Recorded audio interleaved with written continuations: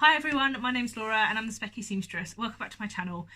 Today is one of the first of probably 3 vlogs that I'm going to film to kind of catch up on what I made in the last quarter of 2020, because I haven't shared many makes with you recently, and I'm going to try and cram these into I'm going to try and publish several videos in the first week of January to try and like catch up so that I can start sharing some of my new 2021 makes and also my 2021 resolutions or sewing resolutions as well. So today I'm going to be talking to you about the Montrose top, which is a Cashmerette pattern, and it's the first Cashmerette pattern I've actually ever sewn, which I suppose is a little bit unusual because, well, not unusual, but maybe silly on my behalf, because obviously Cashmerette are a sewing pattern company who cater to size US 12 and above, and I think their tagline is like sewing for curves or patterns for curves or something. And yeah, maybe I should have picked up some of their patterns earlier, but to be honest, none of them had really called to me. I think mostly because the dress patterns they have, it's either a shirt dress, which I like the style of a shirt dress, the Lennox shirt dress, but it's never going to be something that I have loads and loads of in my wardrobe. Like 1 or 2 shirt dresses is probably enough for me, and actually I maybe want to make a looser fitted shirt dress. So anyway, that's a complete aside. And the Upton dress, which is their other kind of big one, was it is sleeveless, or was sleeveless until like literally today. I think when I'm filming this, I just got their email to say there's an expansion pack now, which maybe fixed some of the or filled some of the reasons that I wouldn't have bought that pattern before. And actually, as I'm talking, I've just remembered that I have sewn a Cashmerette pattern before, because I sewed their fuller cardigan. I was very excited when they released their fuller cardigan, because cardigans, I've spoken about on this vlog a couple of times, something that I kind of thought I would be really excited to sew, and then I found it hard to find the right fabric because I like my cardigans to look like knitwear and not look like French terry. Then I made the fuller cardigan because I was very excited that there was a pattern that I thought would fulfill my cardigan needs, having been underwhelmed by the Blackwood cardigan, which I talked about last year. But I really didn't get on with the fuller pattern at all, so maybe that put me off Cashmerette a little bit. It was just massive. It was absolutely massive. I sized down twice and it was still huge. Anyway, that's not what this video is about, so I've already been rambling for 3 minutes and haven't really spoken to you about the pattern that I'm actually making. But yes, the Montrose pattern, I decided that it would be good to try a new simple top pattern, because although I have the Riley collection top, which I have talked about quite a lot in the past, which is a raglan woven blouse, and the Closet Core Chilo, which I have made several of and really like, neither of them really fit that well under cardigans. And having just said I was struggling with cardigan makes, I have a cardigan video for you really soon, because if you watch my festive plans, I sewed the juniper cardigan, I have 4 more waiting to be sewn, and I have another cardigan pattern to talk to you about. So I kind of wanted a top that went under some cardigans, and I picked up the Montrose pattern as part of my crafty so-and-so blogger post for September, I think, or October, because the fabric I chose was a black linen fabric, and I thought a plain black short sleeve blouse would be so useful. It would go with lots of things. It would go with my bright coloured trousers, it would go with my bright cardigans that I was going to make, and it would be really useful. I then added a cat face pocket, partly because I've really been wanting to make a cat face pair of dungarees. I think Lazy Oaf do a pair that I want to recreate and just haven't yet, but we'll do this year. And yeah, I just added a cat face pocket. I do really love that top, but it wasn't quite the basic black top that I intended to make. But I realised that I really liked this pattern and that it would be a really useful basic. So the only adjustments I made an 18 in the size CD, because it has different cup sizes in the Cashmerette patterns. And the only alterations I made were to make a narrow shoulder adjustment, which I do on everything, and to scoop a tiny bit out of the armscye, at the lower front armscye. I lowered the bust up by about 2 centimeters, and in a couple of the versions, in the 2 next versions that I made, I slimmed down the side seams a little bit, just a little bit. It's got quite an A-line shape, the Montrose pattern. You could extend it into like an A-line shift dress type style quite easily, but yeah, so I slimmed them down a little bit. So having made the black one, I also made up a version in a double gauze, in a grey and white double gauze, that I think will be really useful as a layering item. It looks great with like a roll neck underneath, and I am again making up the roll necks that I talked about in my festive sewing plans at the minute, so watch this space for that.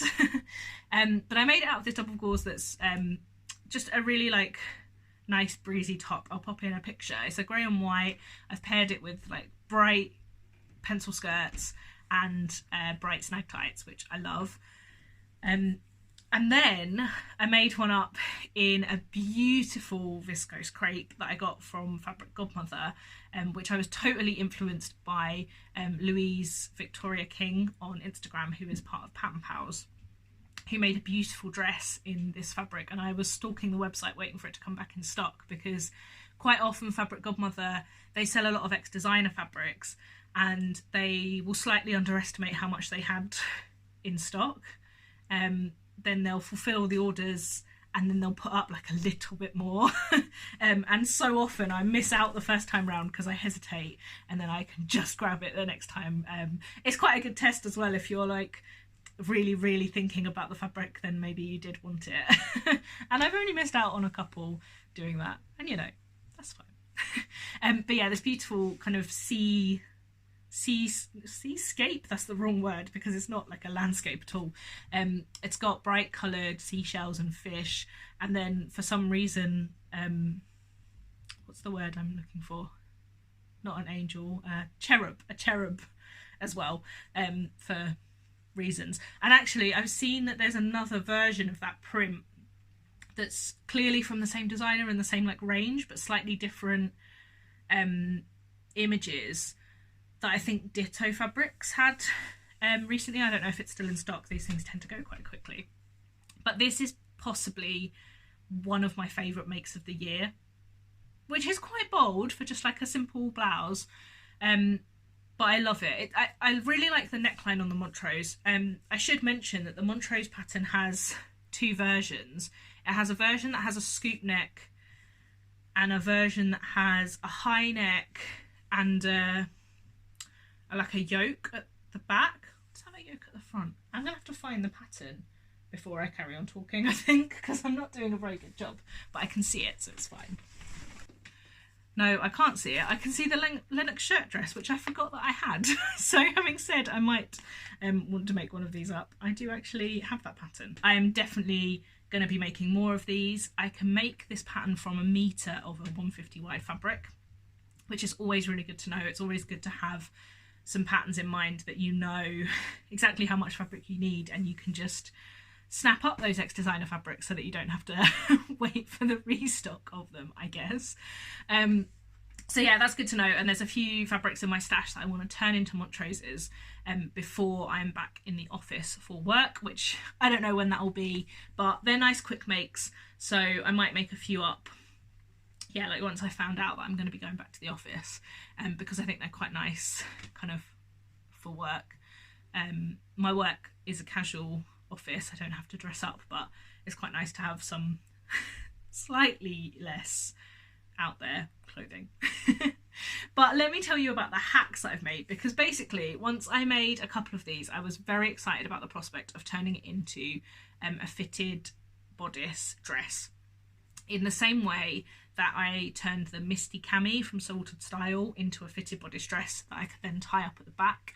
So I was very excited about this, and I can't actually remember the first one that I made, which is bad. Oh, I do remember. It was from an IKEA duvet cover. It's bright teal with bright pink spots on it. Sort of almost geometric-y. And I was making it. In fact, I think I might have told you that I was making it just before I went away from YouTube for a couple of months. Because I made it just before I went to visit some of Nick's family in Yorkshire, and I was super excited by it. As soon as I made it, I just wanted to wear it all the time, which is such a great feeling when you make something. All I did to alter the pattern from a top to a dress, I cut the pattern at the waistline plus a seam allowance, so 1.5 centimetres lower than the waist seam. And then I added waist darts on the front piece. Now this will require some trial and error. I was quite lucky because I had already done this for the Misty Cami, so I was able to use that to judge how wide and where the darts should be placed. And then I added 2 waist ties, which I attached at the back. I don't like waist ties attached at the side seam. I like them attached slightly further in on the back so that I can cinch in the back a little bit. I don't know why, I just think that that's nicer than side seam. Can't account for taste. So I made up that one. I absolutely loved it. I added a gathered skirt, obviously with pockets, and then I made up 3 more like that, one of which I'm wearing but you can't see because I'm also wearing a jumper, in this gorgeous viscose, which is a Dashwood Studio rayon, and I bought this in the John Lewis sale last Christmas. I already used some of it to make the lining for my Willa coat back in March, and yeah, I love it. I wear it all the time. It's super comfy, and I think I'm going to use this pattern to make basically all of my 2-meter pieces of viscose into these dresses, because these again are really, really great for work. Just being able to throw on a dress that is, you know, a nice kind of simple dress. It's got, I mean, I'll have been putting in pictures so I don't need to show you the scoop neck, but you know, a nice neckline, not too low, not too high. I can layer it up with roll necks underneath and cardigans, but I can also wear it in the summer.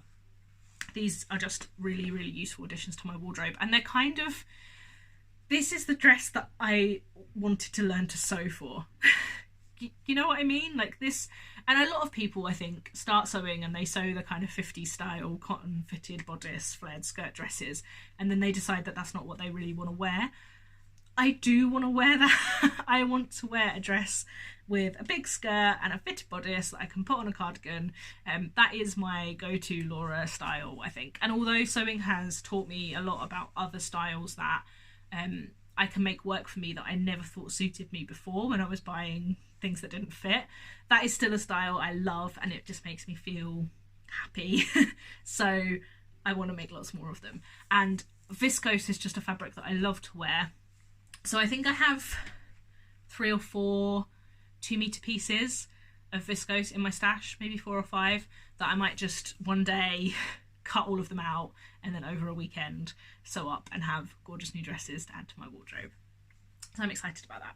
So yeah, I made this one up, and then I also made another one in a viscose linen from the Rag Shop, which is an upcoming blog post, so you'll see pictures of that, but I'll show a sneak peek of the fabric here.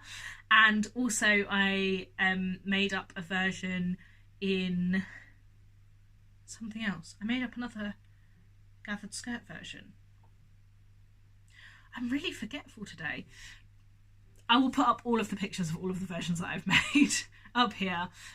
But also what I decided that I would do is mash the bodice pattern of this Montrose with the bottom skirt of the Trillium, the Made by Ray Trillium dress.